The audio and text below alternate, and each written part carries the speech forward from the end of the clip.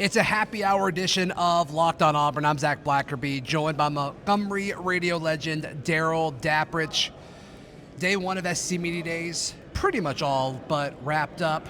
Heard from Sankey and then a bunch of teams that Auburn doesn't play this year. LSU, South Carolina, and Ole Miss being the most interesting one of those because of Lane Kiffin. And Auburn fans have this love-hate relationship with Lane Kiffin. A lot of it has to do with, the coaching search rumors when Auburn eventually hired Hugh Freeze, and of course the social media stuff. So Daryl just point blank asked him about the social media stuff. I've been waiting. I've been sitting on this for about 6 months, and I guess the approach was Lane Kiffin in the big meeting room, mentioned that he was disappointed with the going away from the divisions because some of the rivalries went away. Obviously, Auburn being one. Sure. So when I heard that, it opened up a door. So I just asked him. I said, you were going to ask it anyway. I was going to ask it anyway, but it was a great way to kind of lead with it. I asked him, I said, speaking of rivalries, we talked about how he's a very popular follow on social media. And anybody knows it's an Auburn fan the last year. He has really been obsessed with tweeting about Auburn. I mean, there's receipts for that. Whether it's at Hugh Freeze about recruiting, the Derek Nix situation. Heck, he even tweets when Auburn loses a basketball game. Yeah, not to Ole Miss. Not to Ole Miss. And I went back and did a little count, and it's a 3-to-1 ratio about what he tweeted at Auburn as opposed to Mississippi State, who's supposed to be his biggest rival. Interesting. So there's an undercurrent there that I was interested in. Is it because of the coaching search a couple years ago? What underlying issue makes it? Is there bad blood between him and Hugh Freeze? And I thought he did a really good job of being honest and open and responding. He could have dodged it, and he didn't, Zach. Yeah, he said, I'm a fan.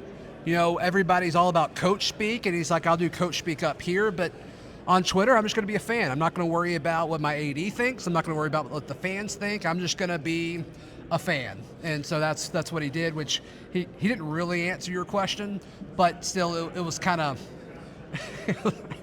I can't believe you asked it. I think it's hilarious. Well, I think that he made a really good point about how a lot of people, when they do use social media, they're worried about what their future AD. And I didn't take the question as far as I wanted to, which would have been, does something like that hold you back from getting a job like the Alabama job? I decided not to go there, but when he said people worry about what their future AD could be, that kind of answers that. He doesn't. He's not worried about that. And then he closed, in credit to him, he looked at me and he said, with it being Auburn related and you asking about Auburn, I appreciate how Hugh Freeze reached out to me and the private message he sent me and what he sent to me about the passing of my father, Monty. And I wonder if there's a realization there that, hey, a lot of this is bigger than recruiting battles and coaching battles, and maybe he takes his foot off the gas a little bit with throwing shade and taking shots at Hugh Freeze. Maybe he will, maybe he won't, but I could see that there seemed to be a little bit of a realization there, and I give him credit for handling it that way. I do. Yeah, he saw an opportunity to give credit to Hugh Freeze, and I think it's cool that he did that. And we've heard this before about how interpersonal Hugh Freeze is in like these one-on-one situations and really caring and crafting these relationships.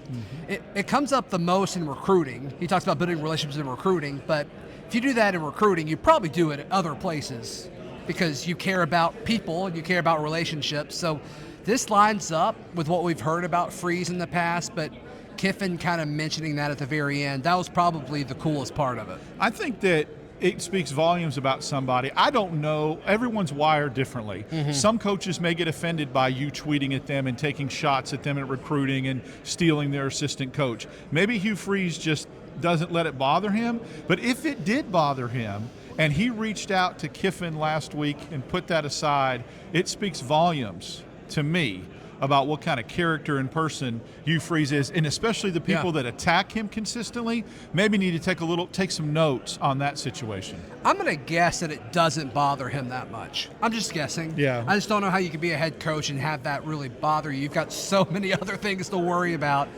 But, we'll see.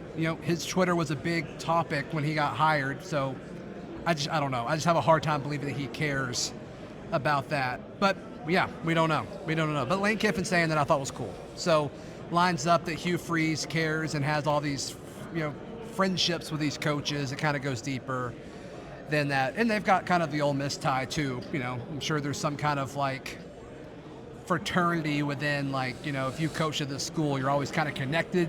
I don't know. That could be lame, but we've heard, seems like a thing. And we know that when Brian Harsin was hired, him and Gus Malzahn had some conversations.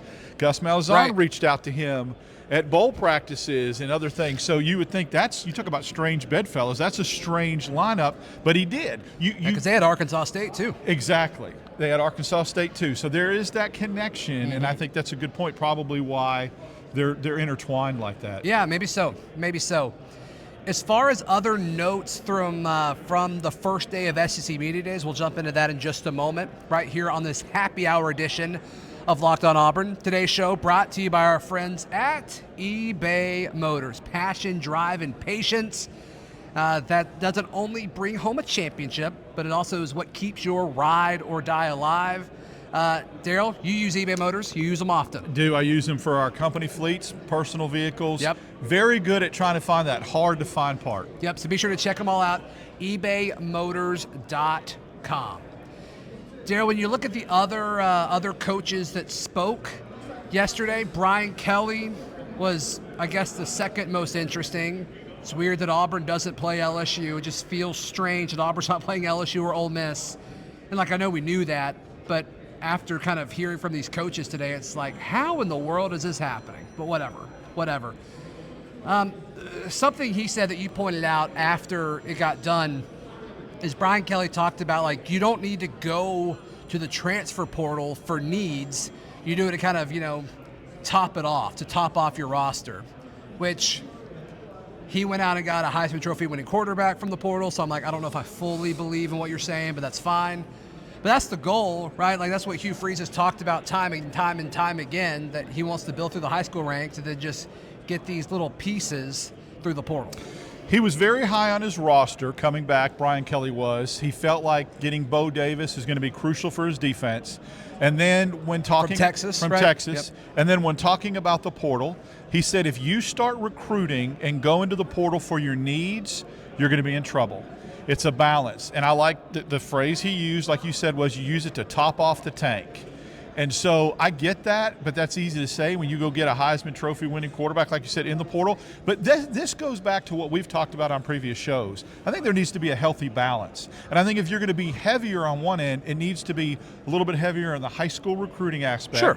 And then just fill in 5-6 players with the portal. Anybody that thinks building through the portal is the winning formula, it's building your house on sand. Mm-hmm. It's just not the foundation. Kirby, Nick Saban, some of the best, Ryan Day, some of those guys, sure. they'll get a portal guy here and there, but they build it through recruiting. Yeah, it's crucial. It's crucial. So that was really the only thing that stood out to me about Brian Kelly. I mean, it was pretty tame stuff. And then when Beamer took the floor, I mean, just a total snoozer. Yeah. Nothing there. I don't mean this disrespectfully. There was just it was very vanilla, and there really wasn't much to take away from that. Mm-hmm. He did say, going in, and a lot of coaches with coach speak, this is the best team he feels like he has. He's very excited about this team and feels like the depth. And so we'll see. I mean, I think of a team that loses a guy like Spencer Rattler. There's quarterback questions. He doesn't seem to think that. He feels very confident about this roster. Yeah, as far as the SEC, the chunk of the SEC that impacts Auburn, we're going to get a lot of that tomorrow with Georgia and Oklahoma. Mm-hmm. That's going to be the big story, is Kirby Smart and Brent Venables. And, of course, we'll have you covered here. So be sure to tune in to tomorrow morning's edition of Locked on Auburn. And, of course, this time tomorrow, there'll be another happy hour recapping day 2 as well. Daryl, how can people check out everything? Get me on X, DAP6410, Instagram, Daryl Dapp. Yep. Please like the video. Please subscribe. We'll see you tomorrow. This has been Locked on Auburn.